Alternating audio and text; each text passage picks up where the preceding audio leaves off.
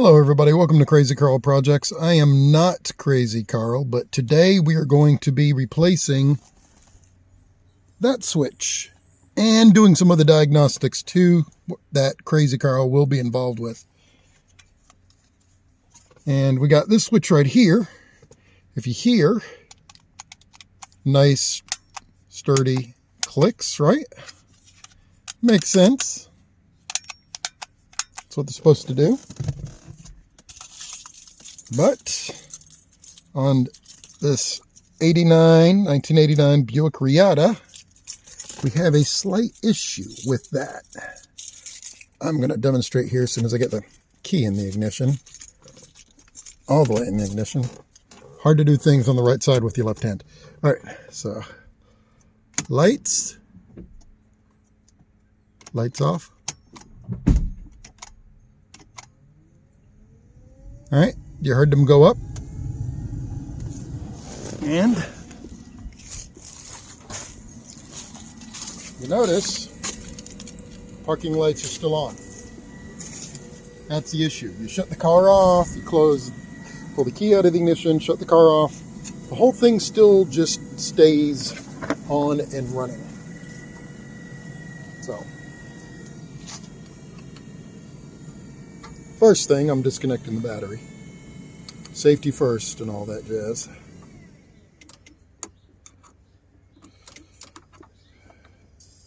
I got that switch a few weeks ago, actually. It was back in June, I think it was, when we first noticed this issue. And that was the start of the busy season for Karl.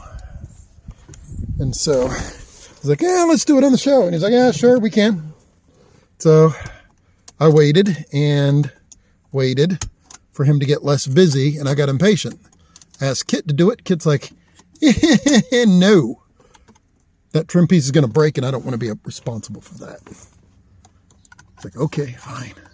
So here I am, doing it myself.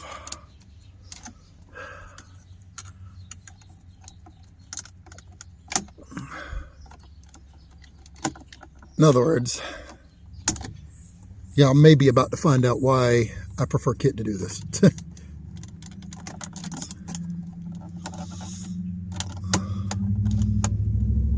I might be about to break this piece here, and I'm not trying to do that.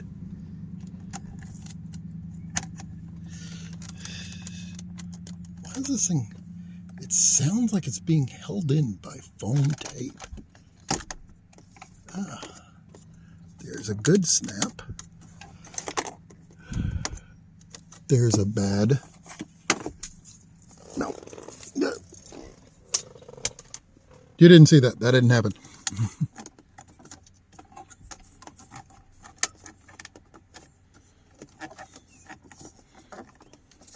Okay, so this piece actually stays apart in there. That's pretty cool.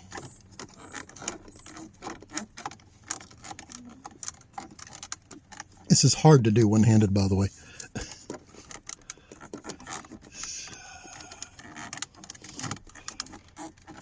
Here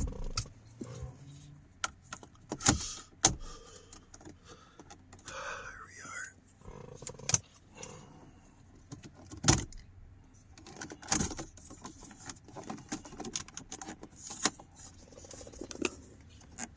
Aha. So underneath here, there is a clip right here. See if I can focus on that for you. Probably not. I think I can see it right there. See that right there? I'm betting it's the same way up top.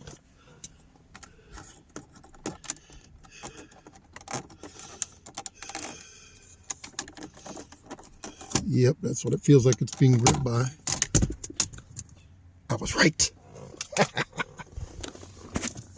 I did something car repair related that's not an oil change. And I didn't break anything. Haha, victory. Okay, so 2 T90 tiny things. Well, we shall see. Give me a sec.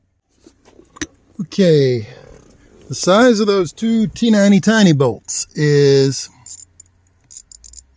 732. Or at least it was in this car. So.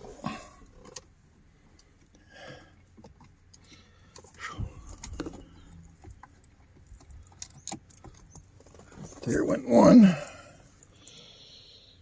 Okay. That looks an awful lot like a wood screw. I don't know. Well, the car is 33 years old and has over 250,000 miles on it. Just saying, somebody might have been in here before. Okay.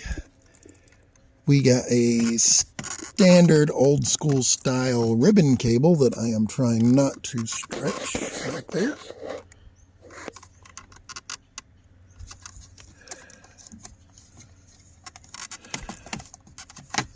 How do you get that off? Yank and pull really hard. It'll come out. Yeah, don't do that.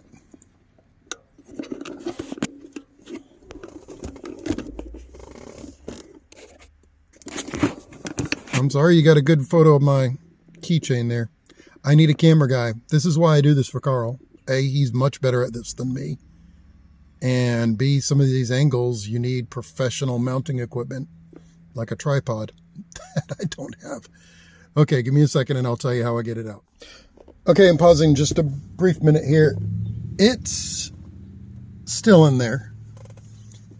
And what I'm having to do is, if you'll notice, this is what the new piece looks like here, which I've been using as a reference.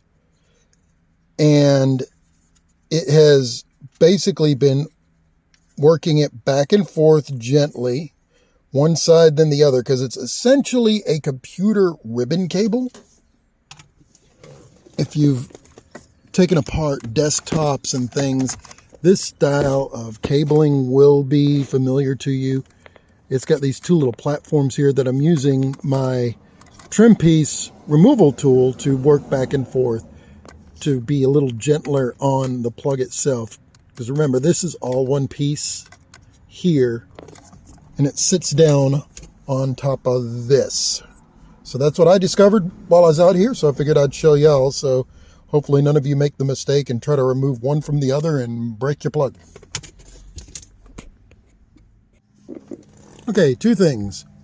Today I learned these are actually two plugs. So it's literally exactly, there it is. So it's literally exactly like putting the ribbon cables on a motherboard if some of y'all have put together a desktop before, or just tore apart a desktop before. It's kind of the same thing. The center plastic piece right there, it is, right there, holds this down. And Karl was right about his about his broken screwdrivers. This bent tip, flat tip will never drive another screw in, but it was the perfect size to gently remove this out of here. Your mileage may vary, so what I tell you is the same thing I always tell y'all. You do this at your own risk. Follow my advice at your own risk, but be careful out there. Look, Karl, I broke it. Ah, just kidding. All right, so this is the old one.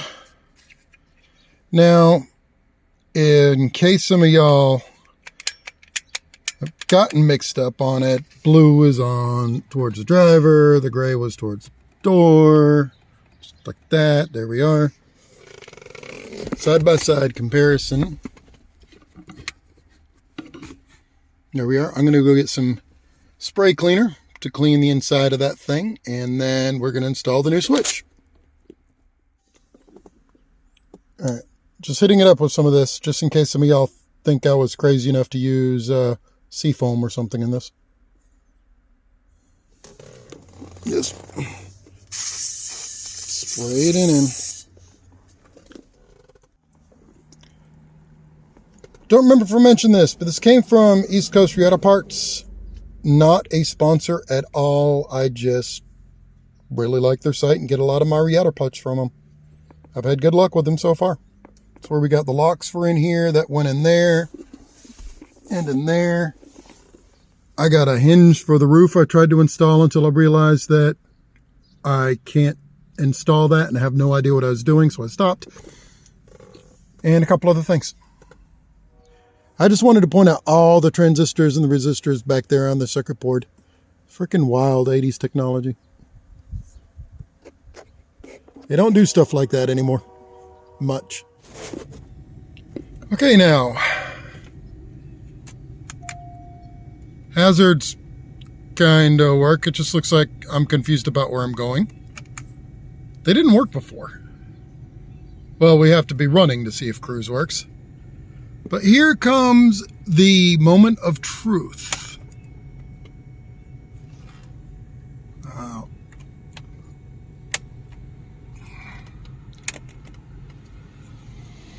Or not. I might have to start it up. Hang on.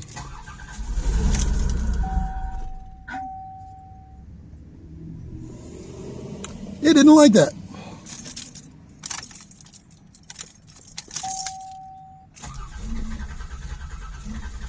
Foot's not on the... There we are.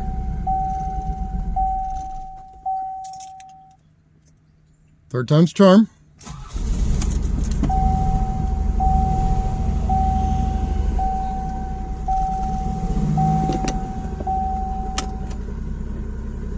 Yep. Battery was running low, I figure. Huh.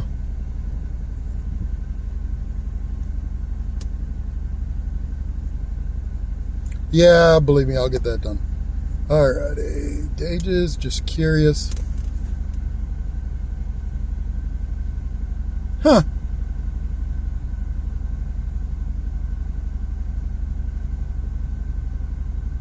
I'm not attributing me changing a light switch to that lowering. Just weird. Lights are up.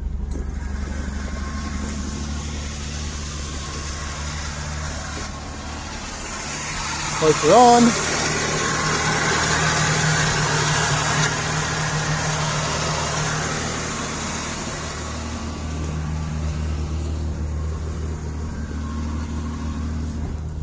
Yep, it's already raising.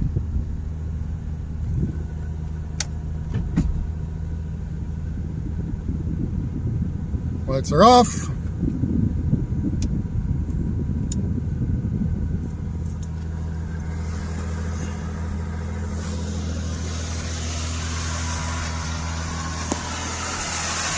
And the lights are truly off. There we go.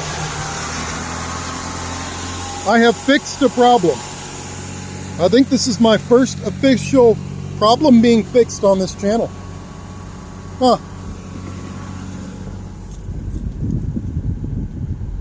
Y'all might want to check the weather conditions in hell, because I think it just froze over. Anyway,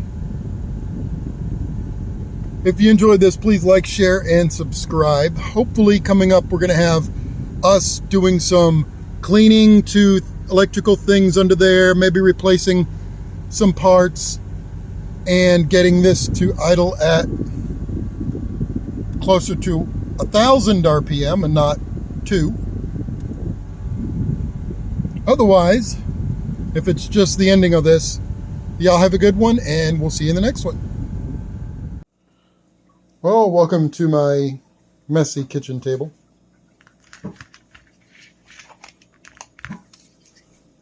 Decided to disassemble this because the cool transistors that I saw behind the dash gauge cluster thing, pardon me, on the gauge cluster on Reatta made me want to disassemble this and see exactly what's inside it.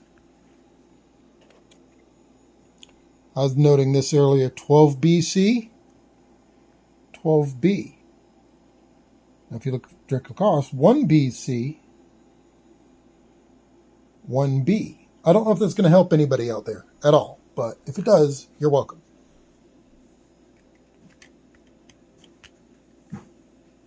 Okay, it's kind of hard to do this one-handed, so Okay, as you can see, I've straightened up all these metal tabs on here. So now all I have to do is pry this part here and here and gently slide off. Or smash it against the floor. One of those two things will happen. And there, this is what this guy looks like disassembled. There's the back part right there.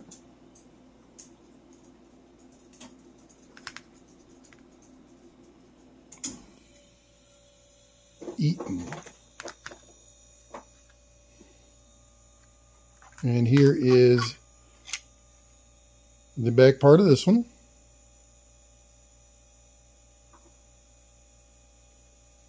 Got some foil down there.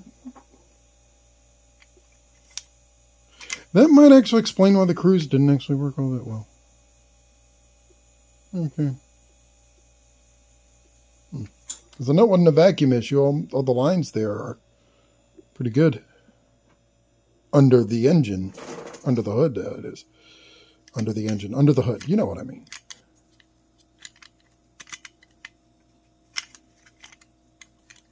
Pushing the lights button. Park button, which is right there. Get the parking lights up. And the lights off button has nothing there.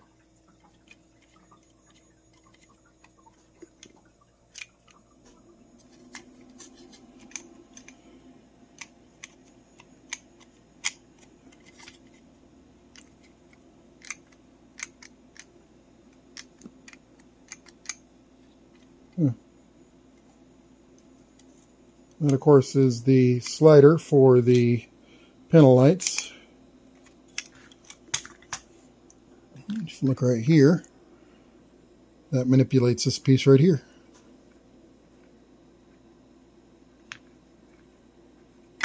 Yeah, pretty cool.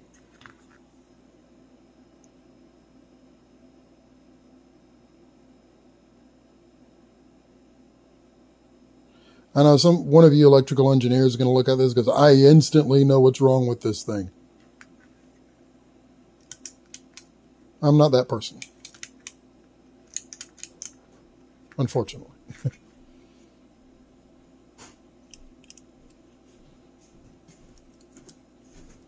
Well,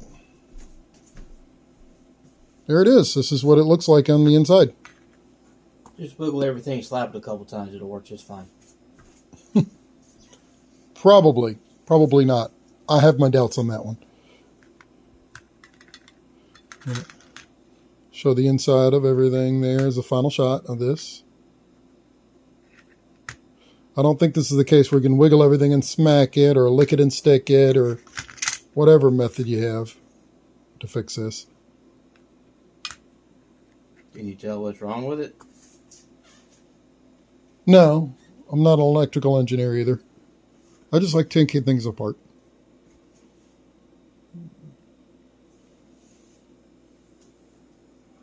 And there it is. Although I did see what's wrong with the cruise control, because you take a look at the cruise control on there. It's got the foil like bent over backwards and everything.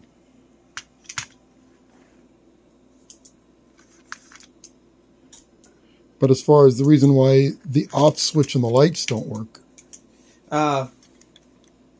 The contacts aren't contacting. See? Spring's not pushing it down when it's engaged. Those aren't contacting properly. And this one... That's the cruise control. That one's contacting, but doesn't adjust probably. This one, which was the light button, I think. The bottom one? That's the bottom one. That's hazards. Yeah, it's not working because it's not contacting. If you can see that. That's pushed down. You let go of it, it won't contact. See, there? It's not making contact. It picks it up, though. Puts it down, picks it up. You see that? Yeah, but it doesn't stay contacted when it's engaged. I think it's supposed to move it up and down in here. And like I said, that's where you got this piece of foil here, which is destroyed. And I think that foil is supposed to stay up. Soldering's pretty corroded too. Yeah. I do notice corrosion and age and wear and tear on this whole thing. It does need to be cleaned up pretty well. That's beyond my capabilities on this. A lot of it also is with the contacts. They're not contacting correctly. Yeah. Those are supposed to disengage, and they're not disengaging. Mm-hmm. So the contacts are shot. You might be able to rebuild it, but you don't need new contacts. What do you mean I might be able to rebuild it? It's too small of stuff for me to be able to do anyway.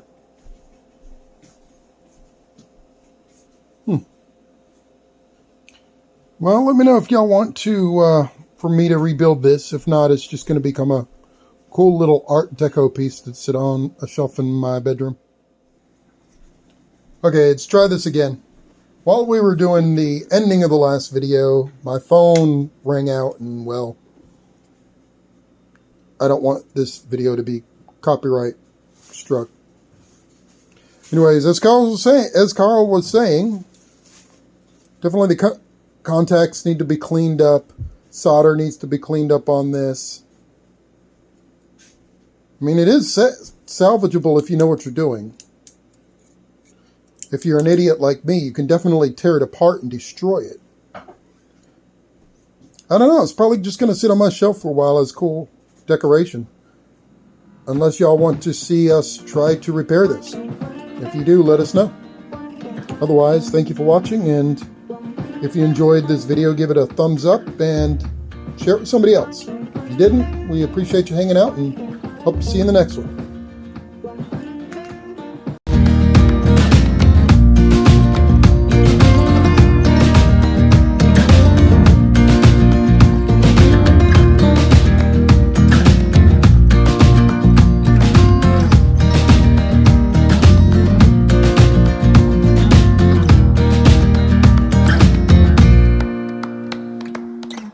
So long.